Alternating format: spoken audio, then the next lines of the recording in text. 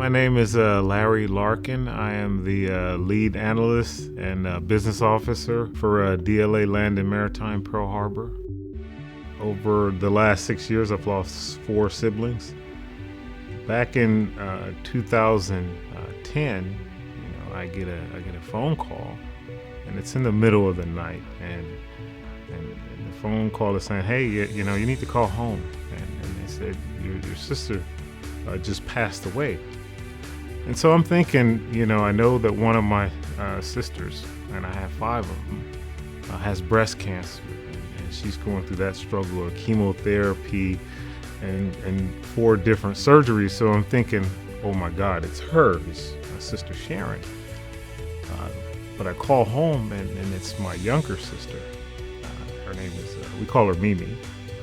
And they said she just had a heart attack. She was fine, and I had spoke to her probably the week prior.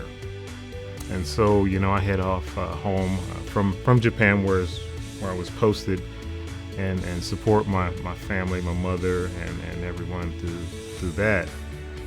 And so as I'm, preparing to head back to Japan, and I'm, transiting through the airport, and I look down and I see this book, and it's got the words hope written on it. So I just pick it up thinking it's just a good book to read on the airplane ride back to Japan, 12 hours. So I started reading it, and it provided me a sense of spiritual direction. And I think to have resiliency, it really starts before the tragedy happens. And I like to say, for me, it's really mind, body, and soul, and I'll touch on all of those. So I head back to Japan and go through a period of grieving and still trying to make sure that, I'm supporting my family even in Japan, and they're back in Detroit, Michigan. In June of 2011, I get another phone call. It's one of those calls in the middle of the night, and it's a nurse, and she says, "Mr. Larkin, you need to come home." Right then I knew it wasn't good news. You need to be home. Your sister's dying. And I said, "Okay, how much time do I have?" And they're like, "Well, we really don't know. You could be 24 hours, it could be 6 hours, but you need to come home as soon as possible." So, I prepared myself to travel back home to Detroit from Japan again, and I never made it in time. And by the time I get ready and get the flight set, I get the text, and it said, "Oh, your sister just died moments ago." And so that was June of 2011, and I go through this period of grief again, and resiliency. For me, like I said, mind, body, and soul. And the mind, I think you really have to, when you're not going through a period of difficulty or grief, you really should read, try to have a positive outlook and a strong mind. And also in a spiritual sense, that book of hope. And that time when my younger sister died until Sharon passed away provided me a spiritual guidance, of knowing that there is a higher power. And also the body. I think you have to take care of yourself. You have to, for me, it's running. I love running. I do marathons and half marathons, 5Ks and 10Ks. So, you have to do something to take your mind off of that grief.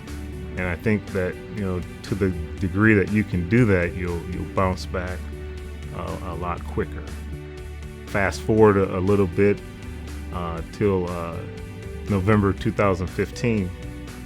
I had went to Japan. It was my 50th birthday, on November 6th, and I came back here to Hawaii on November 9th. And I get a text from my brother. He says, "Hey, welcome home, welcome back to the United States." And so that was on a Sunday, and I head off to work on a Monday and a Tuesday, and on Wednesday, I get home, and I'm at home doing things, and all of a sudden there's a bunch of text messages that pop up on my phone, and I just pick up my phone because I'm like, wow, that's kind of weird. Maybe 5 messages all coming in at the same time. And so I just pick up my phone, and it says, "Your brother just passed away." I was like, wow, I just was texting with him on Sunday. He's welcoming me back to the United States from my trip to Japan, vacation. And so I immediately call home, find out what happened. He had a heart attack. And so I had to prepare myself to head back to Japan. I'm really physically tired, still kind of jet lagged. And I can just remember, that night, that evening, getting ready to leave, getting the flight reservations, packing up, and getting ready to head back on the road, and going to sleep on the couch and closing my eyes and waking up thinking, I hope this is a nightmare, but opening my eyes and seeing luggage there and that I had prepared the night before, and knowing that I had to go. So this is real. I have to go home and support my family as best as I could. And so I head back, support my mom through all of this and my remaining siblings, and spend a couple of weeks with them after the funeral and everything, and come back here right around December 3rd of 2015, and using those tenets again, mind, body, and soul, something to take my mind off of that grief. Running when I can. Going to church, reading, I'm a Christian, reading the Bible, and just really staying as positive as I could. And also, that was right during the Christmas season, right after Thanksgiving, and also getting involved doing some volunteer work. I think when you're going through something and you really feel sad, another way to kind of pick yourself up is to help someone else. So Sunday morning, I wake up early. It's probably 5:30 in the morning on January 15th, and I see a text on my phone right away. It comes in at 5:37, I think the time was. And I wake up at 5:30, getting ready to go out on a run. I get this text 7 minutes later. It says, "Call home. Your sister just had a stroke." And so, I call home and I said, "Hey, what's going on?" They said, "Well, your sister, Faye is her name. Looks like we think she's had a stroke. She just woke up and she was supposed to go shopping with grandma, grocery shopping to do Sunday dinner, to cook Sunday dinner.